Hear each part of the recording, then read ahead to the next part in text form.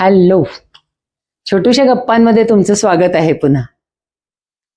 आजची जी गोष्ट मी सांगणार आहे ना छोटूशी, ती कदाचित तुमच्यापैकी सगळ्यांनी वाचली सुद्धा असेल. ती आलेली पोस्ट आहे, पण ज्यांनी वाचली नसेल त्यांच्यासाठी मी हे सांगते. कावेरी बाई आल्या गावाहून, हातात एक बोचकं, त्याच्यात लाडू, मुलाला खायला घालायची इच्छा आणि मुलाला भेटण्याचा आनंद, हे सगळं घेऊन त्या घरी शिरल्या. आल्या आल्या मुलांनी काय म्हणावं, आई तुझ्या गावंढळ भाषेत अजिबात बोलायचं नाही आरवशी. उद्या त्याचा इंटरव्ह्यू आहे, इंटरनॅशनल स्कूलमध्ये आहे. तो तिथे जाऊन तुझ्यासारखं काहीतरी बोलला तर त्याची ऍडमिशन होणार नाही. तेव्हा त्याची ऍडमिशन होईपर्यंत तू त्याच्यापासून लांब राहा.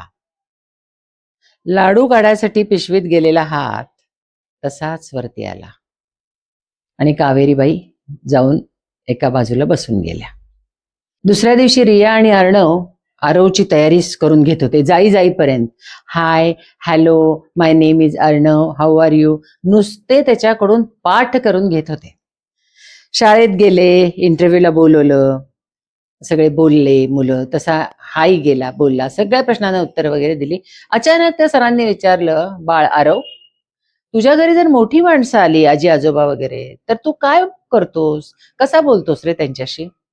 आरव सरळ खुर्चीवरून खाली उतरला. प्रिन्सिपल साहेबांच्या पायाला हात लावून नमस्कार करून त्यांनी असे दोन्ही हात जोडले.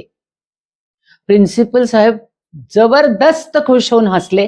त्याला त्यांनी मांडीवर घेतलं आणि म्हणाले, मिस्टर अर्णव, सकाळपासून 50 मुलं झाली, नुसती रोबोट होती, हाय आणि हॅलो शिवाय काही बोलत नव्हती अक्षरशः.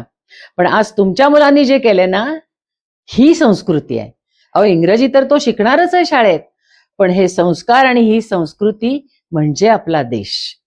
हे कुणीच आपल्या मुलांना शिकवलेलं नाही.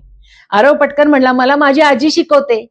आजी म्हणते शिक्षण म्हणजे नम्रता, आजीनी मला सांगितलंय, त्यामुळे मी तसं बोलतो. राम राम गुरुजी, असं म्हणाला. प्रिन्सिपल खुश झाले आणि म्हणाले, झाली ऍडमिशन तुमच्या मुलाची. असे संस्कार मुलांवर करा. Two two to.